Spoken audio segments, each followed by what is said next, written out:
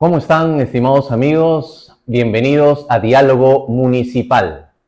Desde las instalaciones de Mr. Expensive Studio, este espacio virtual organizado por BIC, abogados y especialistas, y Urbánica y consultores, vamos a poder llevar a ustedes una charla, una conversación muy interesante con nuestro invitado especial. Se trata del licenciado en Administración Martín Asensio de la Cruz. Él es un profesional, un técnico en la materia de la gestión pública, con maestría en Administración, con mención en Gestión Empresarial.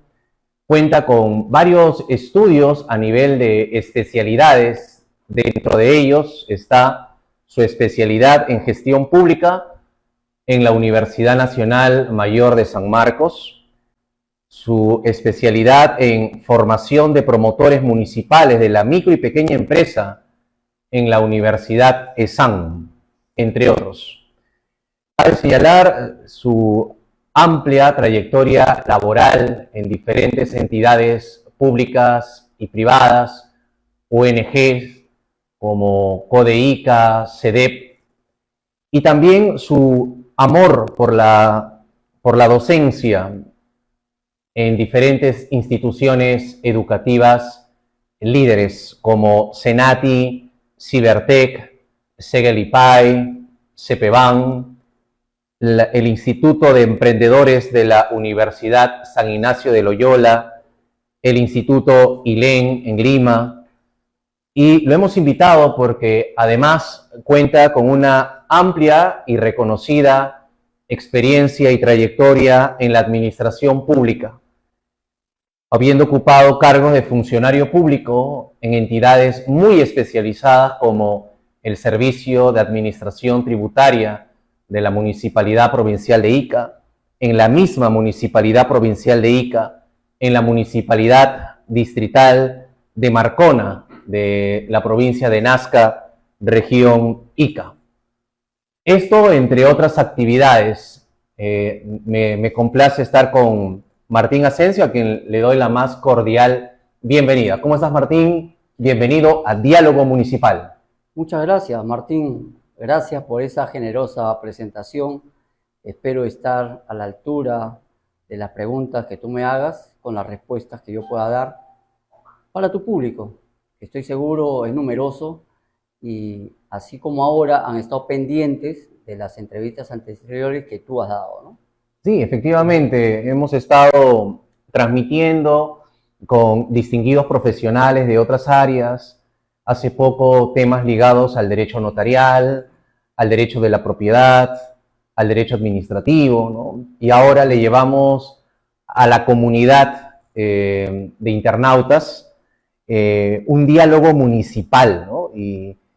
Y hay muchas cosas de qué conversar, Martín, porque este es un tema que genera mucho interés, no solamente en las personas que nos están viendo y que son servidores públicos o que ocupan un cargo de funcionarios públicos, sino que este tipo de diálogos también genera mucha expectativa en la juventud, en los jóvenes, en los universitarios, porque conversábamos hace algunos días de que hay jóvenes que, a pesar de que escuchan quejas y críticas de lo que pasa en la actualidad en la administración pública, quieren ser parte de la administración pública, a pesar de los grandes desafíos. Sí, yo soy testigo de eso. He conversado con algunos jóvenes acá en Ica y realmente siento que la mirada de ellos no está en salir de Ica. Todavía la mirada de ellos, de muchos, está en quedarse aquí en Ica, terminar su carrera universitaria, quedarse en Ica para poder contribuir con el desarrollo de Ica. Y eso es lo que necesita nuestra provincia, eso es lo que necesita nuestra región, de jóvenes con ideas frescas, con mucho ímpetu y profesionalismo, que apuesten por el desarrollo de nuestra región. Es tiempo ya de nutrirnos de la nueva hornada de profesionales, pero que puedan ingresar a la gestión pública para sumar. Y creo que hoy en día las evidencias que tenemos a nivel de las entidades públicas nos dicen lo contrario.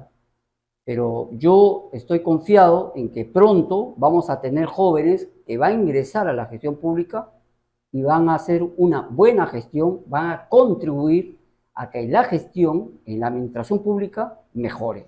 Y eso tú lo has visto muy de cerca porque tú has trabajado con colegas y profesionales de otras áreas y técnicos de diferentes generaciones. ¿Qué tal esa experiencia de haber trabajado en diferentes entidades públicas? Muy interesante. La experiencia que he tenido me ha permitido estar en diferentes entidades y cada una tiene su particularidad. No solamente por la naturaleza de la institución, sino también por los procedimientos, los procesos que dentro de ella se desarrollan. Además de estar vinculado e interactuado con profesionales de diferentes edades, generalmente con aquellos que en su condición de permanentes están dentro de la entidad y obviamente saben que no van a salir, salvo que cometan alguna falta, y lo sometan a un procedimiento administrativo disciplinario o sancionador, pero después son personas muy proactivas que se identifican con la gestión, son personas que se identifican con la institución y sobre todo con el distrito al cual pertenecen. Y esa capacidad que tienen ellos, los trabajadores permanentes, hay que saberla, de alguna manera direccionar para que en sí toda la gestión que se propone a través del gobernador regional o a través del alcalde pueda salir adelante. Sería bueno aprovechar el diálogo municipal para poder ir aclarando algunos conceptos que las personas podrían confundir o no tener muy claro en base a tus conocimientos y experiencia. Empecemos con la administración pública, porque algunas personas suelen utilizar como sinónimo Estado, pero quizás hablar de administración pública no necesariamente es sinónimo de Estado. ¿Qué nos puedes decir al respecto? Sí, mira, la administración pública está conformada por todas las entidades que prestan servicios públicos. O sea, cuando hagamos referencia a la administración pública, generalmente nos estamos refiriendo a las entidades públicas que prestan servicios públicos a la comunidad. Y cuando hablamos de gestión pública, nos estamos refiriendo a los procedimientos, a los procesos, a las actividades que se desarrollan dentro de la entidad o dentro de la administración pública para que éstas puedan cumplir con sus objetivos. Son dos cosas distintas, como bien lo dijiste, ¿no? ¿Y la política pública qué vendría a ser? Son lineamientos que se establecen con la finalidad de dar solución a un determinado problema. Cuando surgen los problemas, que la población obviamente visibiliza, es necesario realizar acciones, pero esas acciones están enmarcadas dentro de una política, que son lineamientos que el Estado o el gobierno de turno establecen, ¿no? Hay políticas de gobierno y hay políticas de Estado. Para que lleguen a ser políticas de Estado, inicialmente las políticas de gobierno tienen que trascender el periodo que dure el gobierno. Si esas políticas de gobierno trascienden el periodo que dure ese gobierno, es muy probable que esas políticas se conviertan ya en políticas de Estado. ¿Y qué es lo que está faltando en la actualidad? ¿Políticas de Estado o políticas de gobierno? Yo creo que lo que está faltando es la gestión que se hace dentro de la administración pública. ¿Y quiénes hacemos la gestión? Los que estamos accionando, los que le damos vida a la administración pública, los que hacemos funcionar a la administración pública. Y ahí es donde creo, modestamente, en mi opinión, donde estamos fallando. Hay profesionales que pueden estar muy bien capacitados, pero adolecen de la experiencia dentro de la administración pública. Y por lo tanto, su desempeño inicialmente no puede ser el que quisiera, digamos, el alcalde o el gobernador regional, o los que dirigen las entidades públicas. Entonces, es necesario que haya un periodo de transición, un periodo de aprendizaje, para que ellos puedan empaparse de cómo se maneja la gestión pública y a partir de ahí canalizar y capitalizar sus conocimientos y la experiencia que van ganando, ¿no? Has tocado un término que algún sector del periodismo lo utilizó en contra del expresidente Pedro Castillo, cuando él en una entrevista a un canal internacional señaló que, bueno, él está aprendiendo a ser presidente. El cargo de presidente de la República es, digamos, es el funcionario público número uno de la administración pública. A tu criterio, ¿cómo tú tomas el hecho de que la persona que está ocupando este cargo, pues, diga que está, digamos, aprendiendo a ser presidente? Yo creo que fue un lapsus de sinceridad, porque realmente nadie llega a ocupar la presidencia sabiendo a fondo el manejo de la gestión pública. Yo no sé o no recuerdo haber visto a alguien que haya llegado muy experto, muy conocedor de la gestión pública y desde el primer día se haya desempeñado adecuadamente. No conozco. Así es. Y ya tengo mis años también.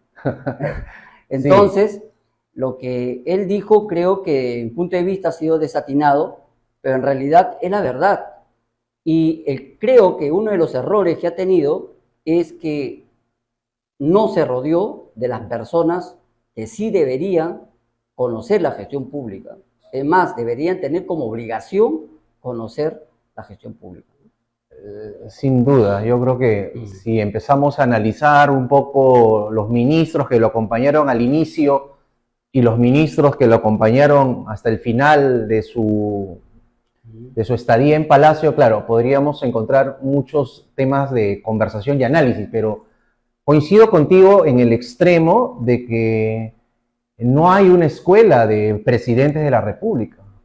O sea, creo que lo que nosotros queremos es que quienes son nuestros funcionarios públicos, entre otras cosas, sea gente honesta, pero que esa honestidad también vaya acompañada de una actitud de aprender rápido y de saberse apoyar de gente que sabe, pero no solamente de gente que sabe, sino de gente que también tiene conciencia de lo que es la función pública y la ética pública. Así es. Y no solamente para el caso del presidente. Ojo que tenemos el gobierno nacional y los gobiernos subnacionales. Y dentro de los gobiernos subnacionales tenemos el gobierno regional y los gobiernos locales. Entonces yo creo que todas las personas que van a ejercer un cargo público deberían primeramente conocer la gestión pública. Es más, a nosotros los funcionarios hoy en día nos están exigiendo el cumplimiento de una serie de requisitos para poder ingresar a la gestión pública. Como por ejemplo. ¿De acuerdo? Por ejemplo, tener una experiencia mínima de 3 años para ser funcionario, sea gerente, por ejemplo, ¿no? Y una experiencia en años también dentro de la especialidad que corresponde al área y a las funciones que vas a desempeñar. Y eso está establecido por la Contraloría. Y ahora, en el año 2023, a inicios de año, han modificado el Código Penal, en la cual se establece claramente que va a haber responsabilidad penal para el que designa y para el que acepta el cargo sin cumplir con el perfil, sin cumplir con los requisitos. Entonces, eso es lo que nos toca a nosotros, que estamos inmersos dentro de la gestión pública. Pero con mayor razón debería conocer la gestión pública aquellos que van a ser alcaldes, aquellos que van a ser gobernadores. Y lo peor, creo, que le puede suceder a una autoridad es desconocer. ¿Por qué? Porque se van a ver en la obligación de confiar en los que están en su entorno. Y a veces sucede que quienes están en su entorno tampoco conocen. Entonces es como si un ciego guiara a otro ciego. Y es ahí donde en realidad la gestión de ese alcalde o de ese gobernador puede peligrar. Claro. Yo quisiera que nuestros amigos que nos están viendo y que están compartiendo ahí en las redes sociales este diálogo municipal con el licenciado en Administración Martín Asensio de la Cruz, podamos explicarles cómo funcionan estos tres conceptos con los cuales estamos empezando este diálogo. Administración pública, gestión pública y políticas públicas. ¿Cómo funcionan? ¿Cuál es primero? ¿Cuál es después? ¿Cómo se enlazan? ¿Cómo se van un poco concatenando en la práctica? En pocas palabras, la gestión pública es lo que le da vida a las entidades que forman parte de la administración pública. Es decir, la gestión pública va a encargarse de que la administración pública o las entidades que forman parte de la administración pública cumplan sus objetivos institucionales. Ahora, para poder cumplir los objetivos, obviamente tienen que basarse y apoyarse en las políticas existentes. Y esas políticas, que son lineamientos, tienen que ser respetados. Por ejemplo, sabemos nosotros que hay política de Estado. Y aun cuando los gobiernos locales y los gobiernos regionales son autónomos, esa autonomía tiene que darse dentro de la normatividad nacional y respetando los lineamientos de las políticas nacionales. O sea, un gobierno local no puede decir que porque es autónomo puede emitir una ordenanza municipal que contravenga una normatividad nacional. Y eso que parece tan lógico, a veces sucede en gobiernos locales del interior del país. ¿Por qué? Porque conceptúan equivocadamente lo que es la autonomía de un gobierno local o de un gobierno regional. Y han habido casos que se han presentado y que felizmente se han corregido, ¿no? Pero es necesario que se tenga en cuenta que la autonomía existe dentro del marco de las competencias que tienen los gobiernos locales y los gobiernos regionales, pero no pueden salirse de las políticas nacionales o de Estado que están establecidas, ¿no? Estamos, digamos, estamos en el frontis de la Municipalidad de Lima. Rafael López Aliaga ya va a cumplir 2 meses en el cargo de alcalde de Lima. Y él, dentro de las cosas que dijo en campaña, es Lima potencia mundial. ¿Es posible eso? Bueno, en realidad habría que ver en base a qué potencialidades él ha dicho eso. Nosotros sabemos que para que un gobierno local o un gobierno regional se desarrolle, lo primero que debe tener es un plan de desarrollo. El plan estratégico de desarrollo es vital para un gobierno regional o para un gobierno local. Y dentro de ese plan de desarrollo, lo que existe es una visión de desarrollo, Y la visión de desarrollo significa a dónde queremos llegar. ¿En cuántos años? Generalmente es a largo plazo, más de 5 años. ¿10? Claro, todo depende de lo que se haya establecido dentro de ese plan estratégico de desarrollo. Que dicho sea de paso, ese plan de desarrollo del gobierno local tiene que estar concatenado al plan de desarrollo regional y el plan de desarrollo regional tiene que estar concatenado al plan nacional, Plan Estratégico Nacional de Desarrollo del CEPLAN, que actualmente existe uno ya al año 2050. Es decir, todo tiene que estar debidamente interrelacionado en objetivos, en metas. Todo eso tiene que trabajarse, pero eso es lo que no existe.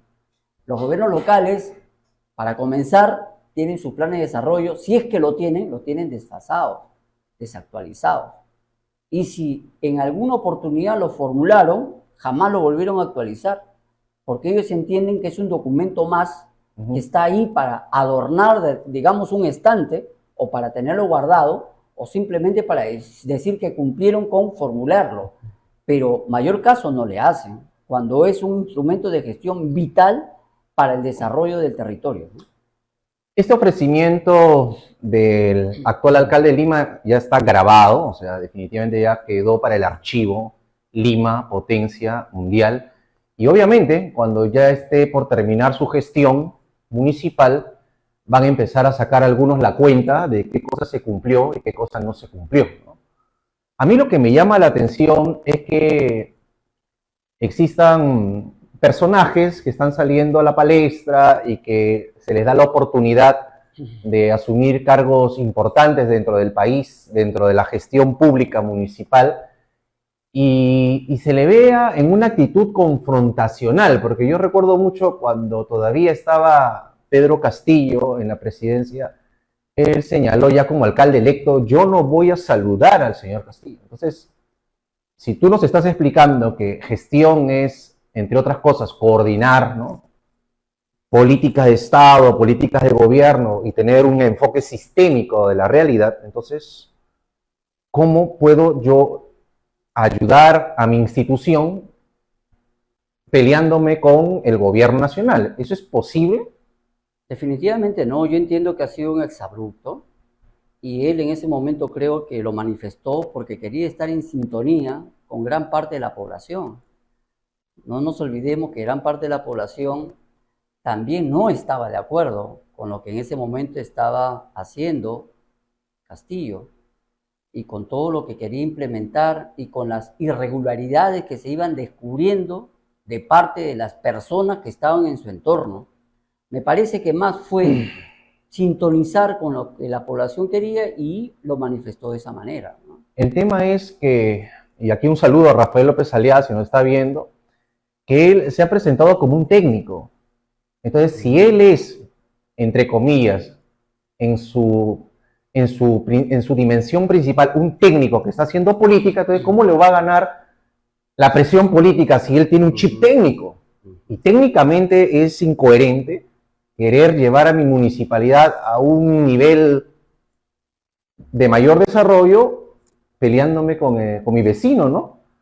Así es. Y hay algo que debemos señalar. Él es un empresario. Toda la vida se ha desarrollado en el ámbito privado. Y él ha llegado en algún momento a ser regidor de la Municipalidad de Lima. Pero el regidor tiene una función de fiscalización.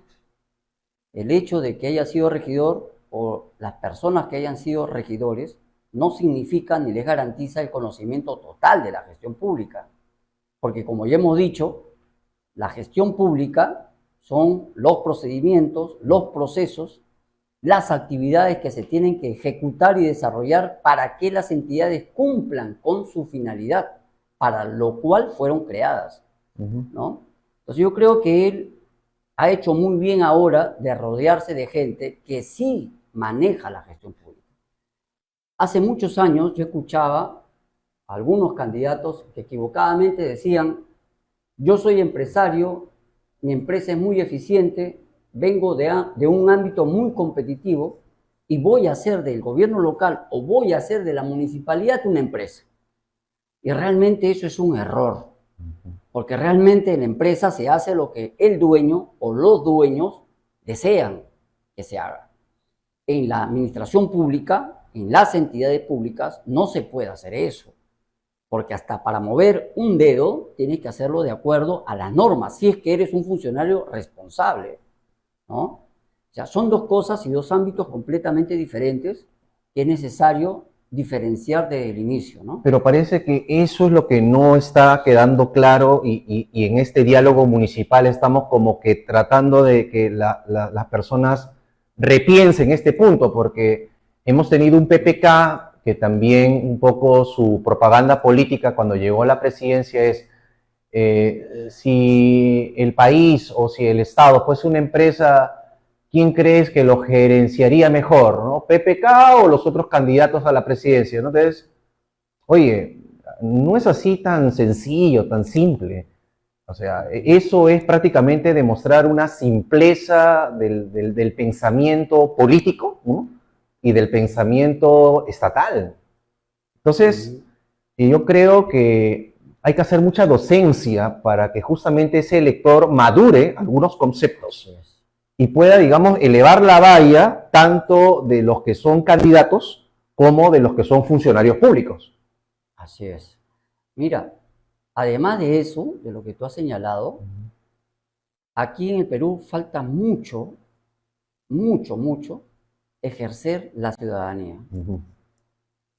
Y en la medida de que hayan más jóvenes, más actores comprometidos con el ejercicio de la ciudadanía, obviamente que la vigilancia en los gobiernos locales y en los gobiernos regionales va a ser mucho mayor y mucho mejor.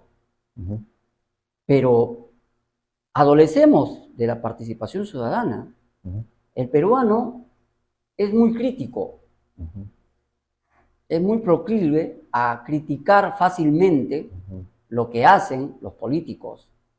Pero cuando se le quiere llamar para que puedan participar, para que puedan comprometerse en las decisiones, por ejemplo, hay un espacio que es el presupuesto participativo.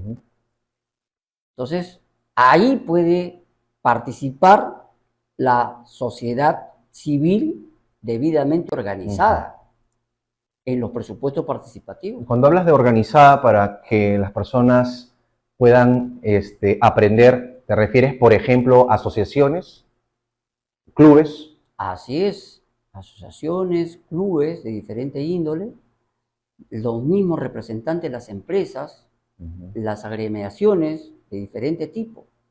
Todos los que puedan tener una representatividad pueden participar.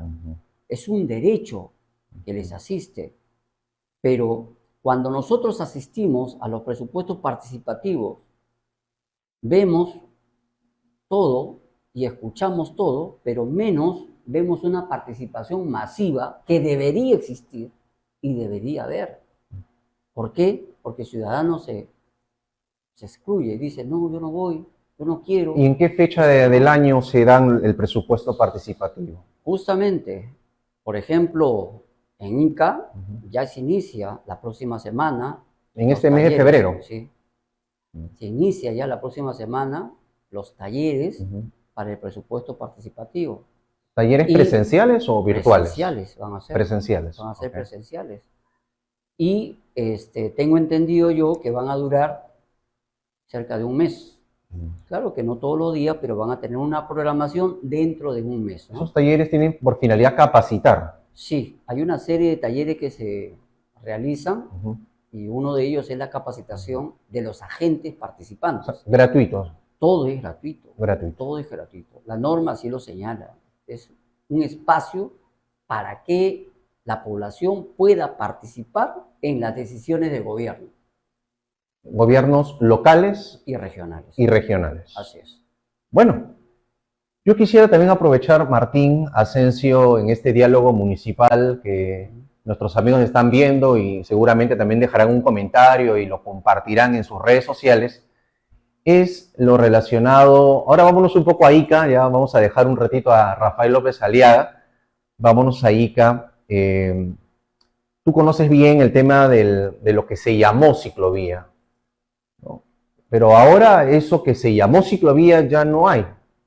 Entonces, ese hecho en concreto es ¿cómo evaluarlo desde el enfoque de la gestión pública que nos estás explicando? Bien. A ver, entiendo yo que la ciclovía que se habilitó aquí en Ica se hizo con la finalidad de que las personas, ¿no?, los ciudadanos, pudieran emplear otro medio que no sea el de transporte masivo, porque se corría el riesgo de la contaminación y se estaba promoviendo que los ciudadanos utilizaran bicicleta, ¿no es cierto? Por el contexto COVID. Así es, por el contexto COVID, ¿no es cierto? Y es por eso que a raíz de eso se lanza una iniciativa, entiendo yo que fue del Ministerio de Transportes, y la municipalidad tuvo que ejecutarlo. En realidad, yo sé que desde la municipalidad y desde la gerencia de transportes hicieron las observaciones que indicaban que la ciclovía no se hiciera de la forma como se hizo. Pero sin embargo, se ejecutó y se colocaron unos bloques que a la larga demostraron que eran antitécnicos, porque se ocasionaron una serie de accidentes e incluso hubo un accidente en una mototaxi y una persona murió calcinada, tengo entendido. Sí. Yo he estado trabajando fuera de Ica en ese entonces, ¿no? Pero en realidad, eso de ahí habría que analizarlo con documentos en la mano, para ver qué cosa es lo que falló, cómo falló, si fue realmente la ejecución que estuvo errada o de repente desde la formulación de ese proyecto estuvo mal concebido de repente, ¿no? Pero nosotros que hemos estado en Lima y que viajamos con frecuencia a Lima, sabemos que allá en Lima pues las ciclovías existen en las avenidas principales. Por ejemplo, la avenida La Marina, casi todo un carril la han utilizado para la ciclovía, de este a oeste y de oeste a este. Existe una ciclovía, pero como son vías más anchas, obviamente el desplazamiento de los ciclistas es distinto y con mayor seguridad. Acá lamentablemente, avenida ancha, ¿a qué le llamamos? A lo que allá en Lima son avenidas angostas en realidad, ¿no? Entonces aquí no ha habido una debida planificación como para poder llevar a cabo y ejecutar ese tipo de iniciativas, que son buenas, pero la ejecución, desde mi punto de vista, es lo que ha fallado. ¿La ejecución o el estudio? Si ha habido una ejecución, se supone que la ejecución se hace en función al expediente técnico. Ajá. Y el expediente técnico se hace en función al estudio de preinversión o a las fichas técnicas, ¿no? Entonces, es una correlación, ¿no?, de errores que seguramente se han presentado desde el inicio. Pero el resultado final es la obra que se ha ejecutado y que no se ve. Si se han presentado ese tipo de accidentes es porque ha fallado. Pero también debería haber ahí una responsabilidad de quien ejecuta la obra, ¿no? Porque si se observa que el proyecto o el expediente técnico está mal hecho, lo mínimo que debería hacerse es no solamente ya ejecutar el expediente técnico, sino también observarlo, pues, ¿no? Lo que pasa es que aquí, como en otros lugares, no se utilizan dos herramientas fundamentales, que es para poder, de alguna manera, centrar un poco al funcionario que es responsable de visar o de aprobar esos proyectos. La norma nos da dos herramientas fundamentales, que son los procedimientos administrativos disciplinarios y los procedimientos administrativos sancionadores. ¿Por qué? Porque nosotros los funcionarios tenemos responsabilidad en lo civil, en lo penal, tenemos responsabilidad ante la normativa de la Contraloría y tenemos responsabilidad ante la normativa de la Ley Servir. Y que puede llegar a la destitución e inhabilitación. Por supuesto. Pero estás reiterando un término que parece que es un poco, digamos, una de las ideas fuerzas que me está quedando, y seguramente usted también, amigo, en este diálogo municipal con el licenciado en Administración Martín Asensio, que es responsabilidad. Y creo que la mayoría que estamos viendo esta transmisión, realmente queremos funcionarios responsables, queremos servidores públicos responsables, queremos alcaldes y regidores que asuman su responsabilidad, gobernadores regionales y consejeros regionales que también digan, oye, esta voz es mía, ¿no? Esta es mi responsabilidad. ¿Qué dice la Ley Servir? Responsabilidad política, responsabilidad civil, responsabilidad penal, responsabilidad administrativa. Pero a la hora de la hora parece que las personas que por ley son responsables quieren zafar cuerpo. Es que no se inician los procedimientos. ¿Y por qué no se inician los procedimientos? ¿Por qué? Porque el jefe inmediato jamás los propone. O sea, hay una impunidad. Hay una impunidad. ¿Y la Contraloría qué hace al respecto? Ojo, de que aún así hay una lista enorme de funcionarios que están inhabilitados. Aún así. ¿Y esto dónde se publica esa lista? Hay una relación, yo tengo ahí ¿En internet está publicado? Es conocimiento público, es una información pública. Voy a pasarte el link para que puedas acceder a ella y puedas fijarte la relación de los funcionarios a nivel nacional que están inhabilitados o están en proceso. Entonces, en realidad, has hablado de la Contraloría, y aquí yo quería puntualizar lo siguiente. Mucho se habla del grado de corrupción que hay en los gobiernos locales y gobiernos regionales. Pero también no hay que olvidarnos de que en los gobiernos locales y gobiernos regionales hay un órgano que es el órgano de control institucional, los llamados OSI. Y ahí hay un funcionario de la Contraloría. ¿De acuerdo? La pregunta es, si existen los OSI, si están funcionando, si hay un responsable, ¿por qué suceden tantas irregularidades en los gobiernos locales y en los gobiernos regionales? Entonces, aquí no se puede eximir la Contraloría, no puede decir, son corruptos, o en tal gobierno local o en tal municipalidad hay una serie de irregularidades, ¿no? ¿Y ellos dónde estuvieron? ¿Por qué no accionaron? ¿Por qué no aplicaron el control previo, concurrente, posterior? ¿Por qué no se metieron en la chamba? ¿Por qué no planificaron adecuadamente sus acciones de control? Hay municipalidades que manejan grandes recursos y sin embargo no tienen un funcionario responsable de OSI. No lo tienen y se excusan en decir que no tienen recursos, no tienen presupuesto y no tienen personal.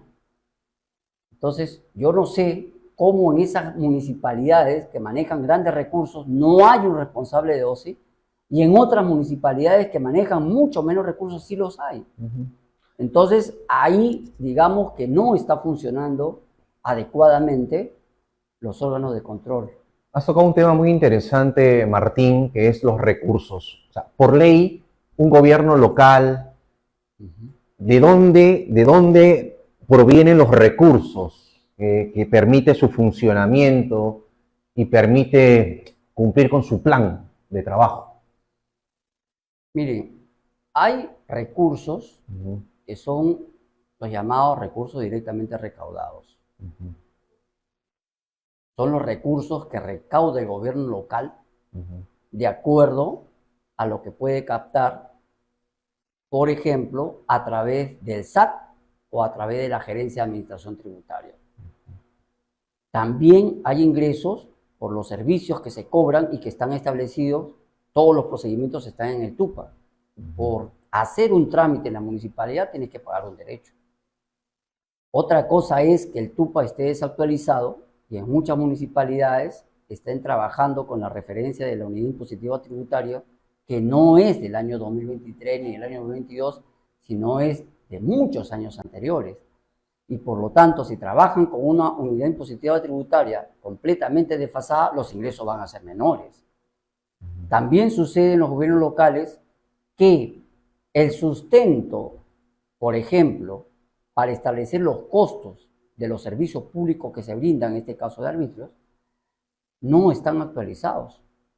Están trabajando con una estructura de costos completamente desfasada de hace muchos años y sin embargo, en los últimos se han comprado más maquinarias, más equipos, más vehículos, se ha contratado más personal y por lo tanto, al no actualizarse la estructura de costos, se está subvencionando el servicio.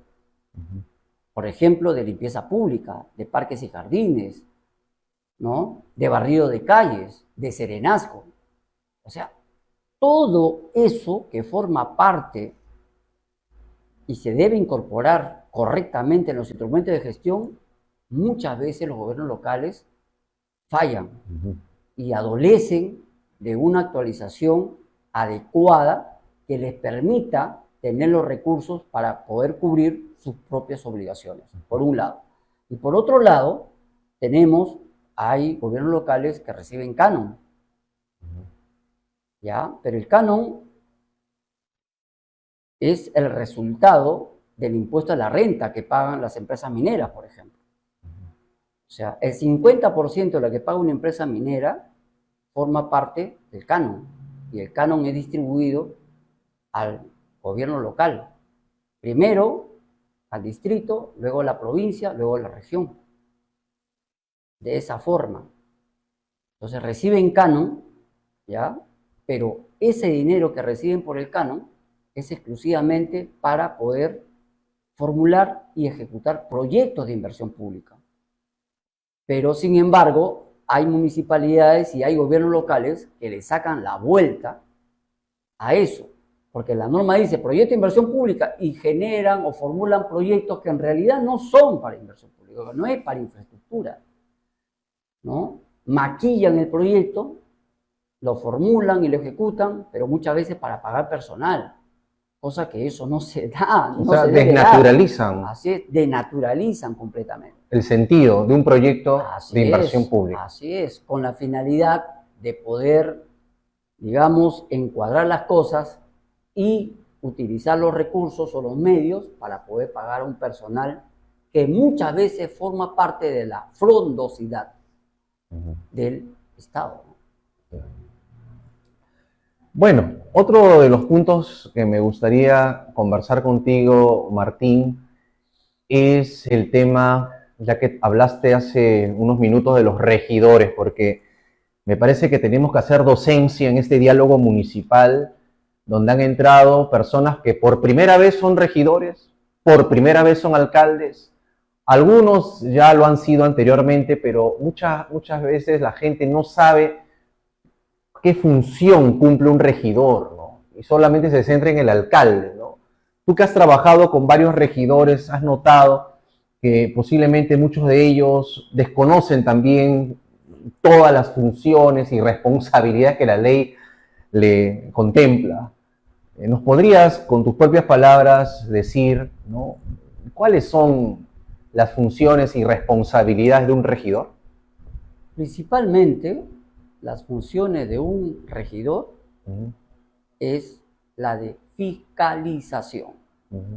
Fiscalización de la gestión que se hace dentro de un periodo de gobierno. Y ahí volvemos un poco a lo mismo que habíamos hablado al inicio de esta conversación, en el sentido de que deberían conocer cómo se maneja la entidad. Yo he conocido a personas muy valiosas, muy comprometidas con su distrito, que se han preocupado mucho en estudiar, en aprender, en empaparse de cómo se maneja la gestión pública. Porque para poder fiscalizar, tú tienes que conocer. Si no conoces, ¿cómo vas a fiscalizar? Los funcionarios generalmente le sacan la vuelta.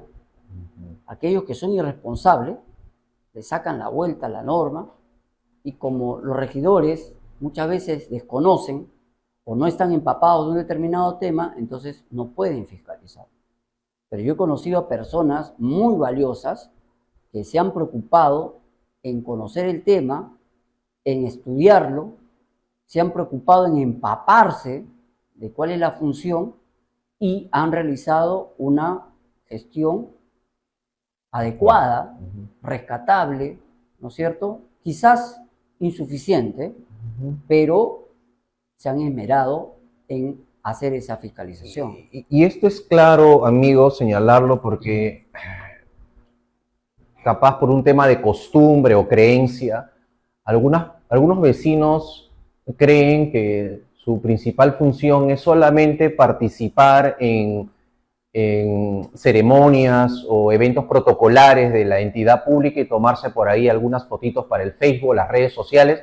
Eso es ser regidor, ¿no? O sea, una persona muy sociable, muy amiga de todos, que, digamos, va a estar ahí ayudándonos, dándonos la mano. No, un regidor también tiene una función normativa, o sea, tiene que tener una cultura jurídica básica para poder, digamos, ayudar a que nazca adecuadamente, por ejemplo, lo que va a ser una futura ordenanza municipal, que a veces son ordenanzas sobre temas de transporte o temas de turismo o temas de, digamos, de obras. Entonces, realmente un regidor, un alcalde, tiene que ser, si no una persona culta, una persona que le guste la cultura.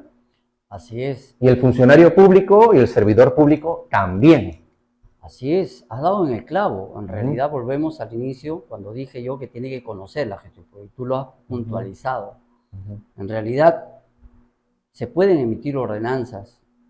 Esas ordenanzas las proyecta generalmente el área usuaria a través de su asesor que tenga en el área, y si no lo tiene, lo hace el asesor jurídico que existe en todo gobierno local. Se proyecta la ordenanza, pero hay que tener en cuenta que no puede ser cualquier ordenanza. O sea, tiene que estar la ordenanza enmarcada dentro de las competencias. Y no hay que olvidarnos de que los gobiernos locales tienen competencias exclusivas y tienen competencias compartidas. O sea, no es que pueden hacer un colegio porque el director se lo pidió. No es que puedan hacer una posta de salud porque el director de la posta se lo solicitó o porque la gente necesitaba. No es así. Ahora seguramente lo estás pensando y me dirás, pero sí lo hacen las municipalidades. Sí, sí lo hacen, pero no lo hacen porque no lo hacen correctamente, porque no toda es su competencia ni su responsabilidad. Hay una responsabilidad compartida del gobierno local distrital con el gobierno local provincial o el gobierno regional. Entonces, no es que todo se le puede cargar a la municipalidad distrital o a la municipalidad provincial. Hay que saber decir hasta dónde se puede llegar. Y eso está en la ley. En la Ley Orgánica de Municipalidades, 27972. Bueno, justo has tocado un tema, Martín, y agradecemos a los amigos que están comentando ahí en Diálogo Municipal y compartiendo, porque nosotros estamos tocando el tema sin tabú, así, directo a la vena, como tiene que ser, con nuestro invitado Martín Asensio de la Cruz. Sobre el tema de las ordenanzas y de cualquier norma de inferior jerarquía, una ley, si está mal hecha y hay una voluntad de que las normas municipales estén de acuerdo a la Constitución, entonces varias de ellas pueden ser, digamos, demandadas, ¿no?, para que el Tribunal Constitucional las declare inconstitucionales. Han habido casos. Y han habido muchos casos, pero obviamente como la ciudadanía a veces no tiene interés en estos temas, ¿no?, y varios colegios profesionales, dentro de ellos el de abogados, tampoco le interesa asumir un liderazgo en evaluar, ¿no?, la calidad de las normas administrativas, municipales, ¿no?, infralegales, para ver si están, pues, ¿no?, chocando con algún derecho fundamental, ¿no? Simplemente, bueno, si se dio, bueno, se presume que es constitucional, pero si uno empieza a analizar con los especialistas en la materia, podría encontrar algunas vulneraciones, ¿no? Entonces yo considero, y coincido contigo en tu apreciación de que los ciudadanos que nos están viendo también son responsables de que esta situación cambie y mejore, porque si no, digamos, no le prestamos interés a estos temas que tienen que ver con nosotros, porque finalmente las normas municipales, directa o indirectamente, tienen que ver con los vecinos, con la vida en la comunidad. Así es. Las ordenanzas municipales tienen rango de ley. Así es. Y si una ordenanza se emite y contraviene una norma nacional, la única manera de dejarla sin efecto es con otra ordenanza. Así es. Y las ordenanzas tienen que estar publicadas para que surtan efecto, para que sean eficaces. Pero ordenanzas publicadas en su totalidad. Algunas veces publican solamente la primera y la segunda página. Y los anexos. No. Y los anexos. Todo no. se tiene que publicar. Así es, todo. Pero sin embargo, han habido experiencias donde se ha evidenciado que no ha sido así y sin embargo han lanzado la ordenanza, ha comenzado a tener vigencia de manera irregular y como no ha habido un reclamo de parte del ciudadano, porque desconoce, entonces hasta ahora se están aplicando, siendo normas ineficaces, ¿no? Es tradición en la región de Ica, donde hay una, se puede decir, cultura vitivinícola, justo por estas fechas, se habla, ¿no?, del Festival Internacional de la Vendimia, ¿no? Como iqueño, ¿Cómo ves tú para este año estos eventos, estas fechas? Con mucha expectativa, con mucha ilusión también, porque venimos de una pandemia que nos ha dejado a todos golpeados. Y no nos olvidemos que el gobierno local es promotor del desarrollo económico local. Es decir, tiene que crear las condiciones para que la economía se desarrolle, la economía local se desarrolle. Y no solamente los empresarios vitivinícolas, sino aquellos que brindan servicios turísticos también.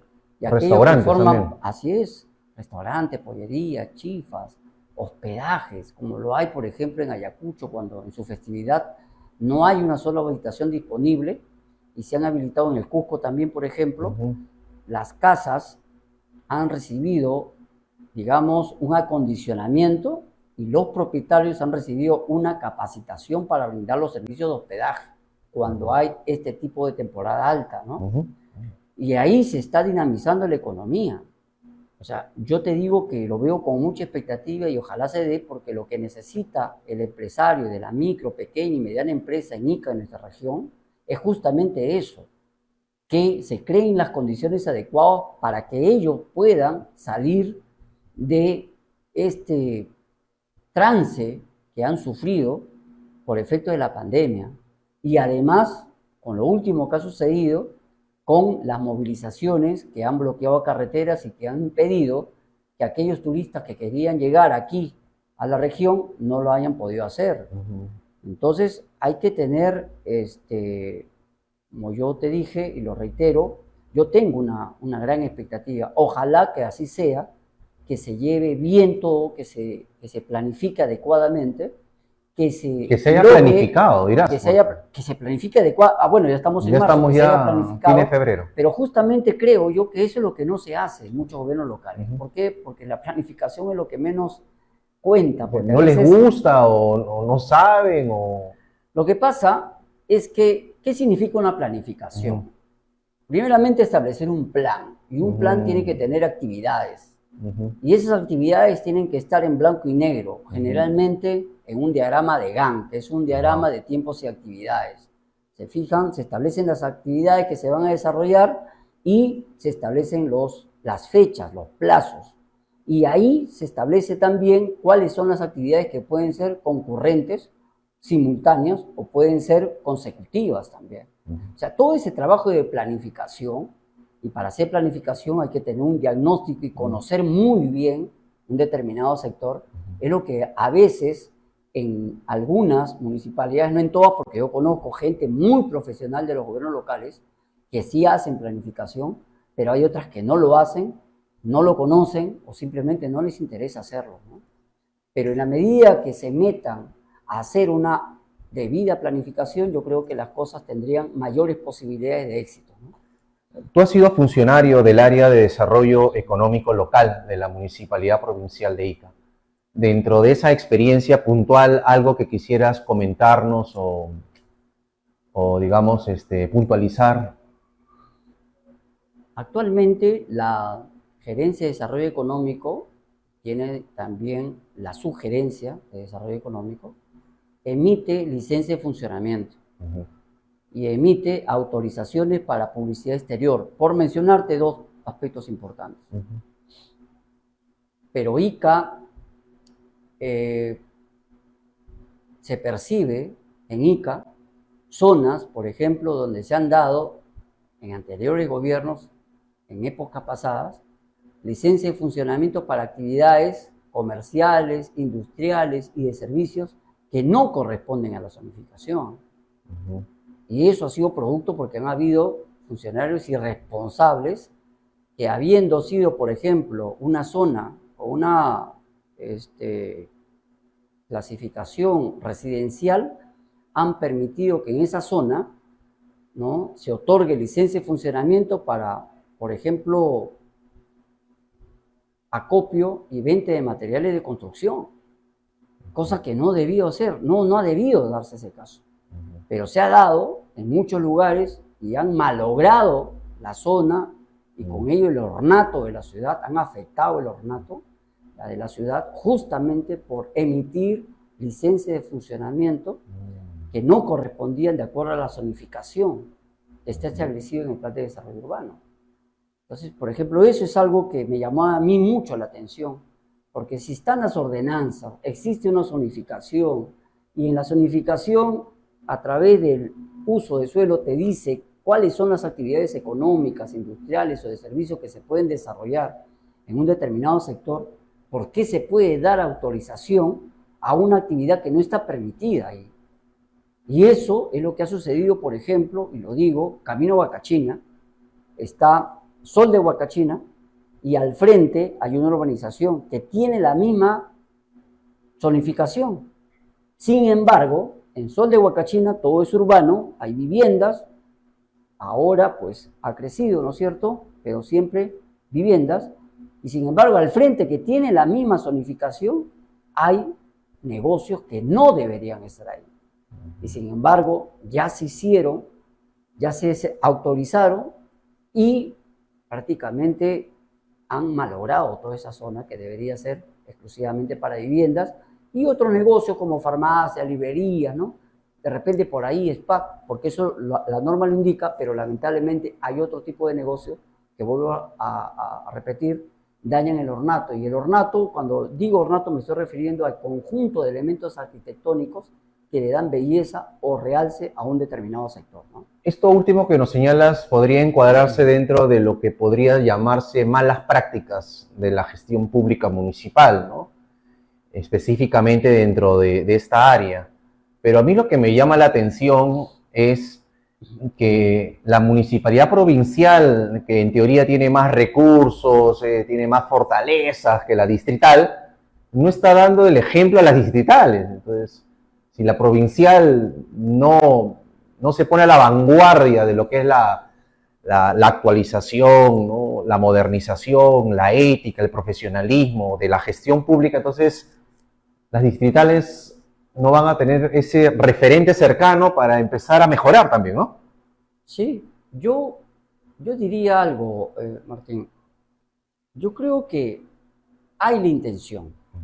Quiero pensar que hay la intención, hay la voluntad, pero lo que hacen no es suficiente, porque estamos hablando de cambiar prácticas que ya están prácticamente institucionalizadas, ¿no? Y es bien difícil voltear la página y decir, bueno, voy a poner gente nueva para poder actuar de otra forma, de una manera más profesional, ¿no? Porque, ojo, no solamente es el personal, porque sino también depende de los recursos de los que dispone la entidad, económicos, financieros, tecnológicos, materiales, humanos, ¿no es cierto? Hay que ver, digamos, el todo. Yo conozco ahora personas que se están esforzando mucho en hacer una muy buena gestión dentro de sus áreas. Y eso lo resalto, lo digo claramente. No tengo yo por qué dudar ni decir lo contrario a lo que he visto. Yo veo gente muy profesional en algunas áreas y los felicito. Y ojalá que se queden hasta el final de la gestión. Ojalá que se queden. Pero son pocos referentes, ¿no? No lo veo generalmente en todas las áreas que debería ser así. Y con respecto a los gobiernos locales, distritales, si bien es cierto, ayudaría bastante tener como referente a la municipalidad provincial, no es un factor determinante para que ellos puedan actuar bien, accionar bien y hacer una buena gestión. Los gobiernos locales tienen autonomía, ya lo dije al inicio, sí, pero ellos son los responsables directos de lo que hacen. Entonces, hay gobiernos locales, distritales, en el Perú, no hablo aquí en la región, en el Perú, en muchos lugares, sí son ejemplares. Y basta con ver la ciudad. O sea, eso es lo que yo comenté la vez pasada. Cuando uno llega a una ciudad, tú no necesitas saber quién es el alcalde o quiénes son los funcionarios para darte cuenta si son buenos o malos. Basta con que te pasees por la ciudad y te vas a dar cuenta si hay una buena gestión o no.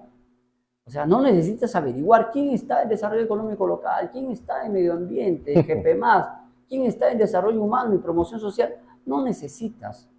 Basta con darte cuenta, pasearte, si ves que el transporte está ordenado, que las pistas están en buen estado, que las veredas también, que hay colegios que tienen carteles de obras, carteles informativos de obras, y que dice municipalidad tal, porque está haciendo un cerco perimétrico, por ejemplo, una losa deportiva, un sombreado. Entonces, las cosas se están haciendo bien. En Lima hay muchas municipalidades, yo he vivido en Lima muchos años, y me he recorrido muchos distritos, y en realidad yo doy fe que hay municipalidades que están organizadas, que hacen respetar sus ordenanzas municipales. Por ejemplo, allá 2 de la mañana en un local, y hay que decir el nombre porque no creo que le estemos haciendo a Cherry, sino es un ejemplo que es necesario, es bolivariano en Pueblo Libre, por ejemplo. Creo que alguna vez, todos los que nos están viendo, alguna vez han escuchado o han ido. 2 de la mañana ya están cerrando ya su local, porque la Municipalidad de Pueblo Libre está ahí, y el Policía Municipal está ahí para hacer cumplir la ordenanza municipal que así lo establece, ¿no es cierto? Tú pasas por la vereda de Bolivariano y no escuchas bulla, ¿no es cierto? Porque hay un respeto al vecino y hay un respeto a las normas, ¿no? Cosa que no sucede acá. Acá se reciben llamadas de los vecinos que hay una bulla, ¿no? Que no me dejan dormir, ¿no? ¿Por qué? Porque estamos acostumbrados a hacer todo lo contrario a lo que la norma establece. Pero creo yo y confío que con los funcionarios que están actualmente, ellos van a tener la suficiente profesionalidad como para poder hacer cumplir las ordenanzas. Yo confío en eso. Así sean medidas impopulares. Creo que acá lo que tenemos que buscar es que se garantice y se viva el derecho al buen servicio público que tiene todo administrado. Martín, ha sido un placer conversar contigo. Quedan muchos temas en el tintero para un próximo diálogo municipal, pero me alegra de que con este diálogo quede un granito de arena en las redes sociales para que las personas sepan de que ellos así no postulen, así no les guste la política, estos son temas que nos competen. Así que te agradezco mucho, espero que tu trayectoria en la administración pública continúe, ¿no? Para que ese ejército de gestores públicos con otra mentalidad, con otro chip, cada vez sean más. Tus palabras finales. Muchas gracias, Martín. Felicito la preocupación que tienes en tocar estos temas que tienen que ver con el ámbito local. Y esto es lo que contribuye a que justamente poco a poco se construya ciudadanía, que es lo que falta. Que sepamos cuáles son los derechos, las obligaciones, los deberes, y sobre todo que participemos, porque las normas existen y existen los espacios para poder participar en la toma de decisiones de los gobiernos locales y gobiernos regionales, ya lo dijimos. Pero falta el compromiso del ciudadano de bien que quiera comprarse el pleito, entrar a la política, participar, diagnosticar la situación de su sector y proponer proyectos que realmente ayuden al distrito, a la provincia a la que pertenecen a salir adelante. Debe ser el ciudadano tiene que ser un eslabón dentro de toda una cadena, ¿ya? Que pueda sumar en realidad al desarrollo que se pretende tener, ya sea en un gobierno local distrital o en un gobierno local provincial o de repente en un gobierno regional. A veces, como lo dije, somos muy proclives a la crítica fácil, pero cuando se nos pide participar, como que nos alejamos un poco o encontramos las excusas. Esperemos que esta conversación que hemos tenido contribuye a que cambie un poco y poco a poco hayan más personas comprometidas con el desarrollo de ICA sobre todo. Muchas gracias. Gracias, Martín. Sin duda, todo parte de una autocrítica también de nosotros los ciudadanos para empezar a corregir, digamos, nuestra mirada hacia la ciudad, hacia la región.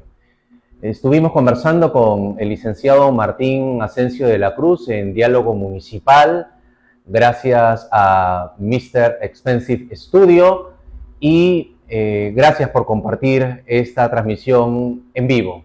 Hasta una próxima oportunidad. Muchas gracias.